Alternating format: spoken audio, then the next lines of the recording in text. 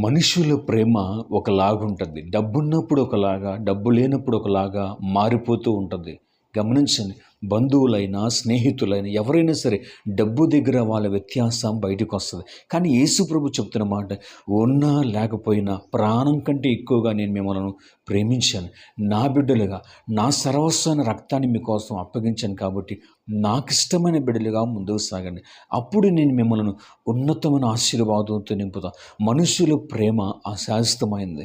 డబ్బున్నప్పుడు ఒకలాగా, లేనప్పుడు ఒకలాగా నడిచే ప్రేమ. కానీ యేసయ్య చెప్తున్న మాట ఇర్మీయా గ్రంథం 31:3 శాశ్వతమైన ప్రేమతో నేను నిన్ను ప్రేమించుచున్నాను.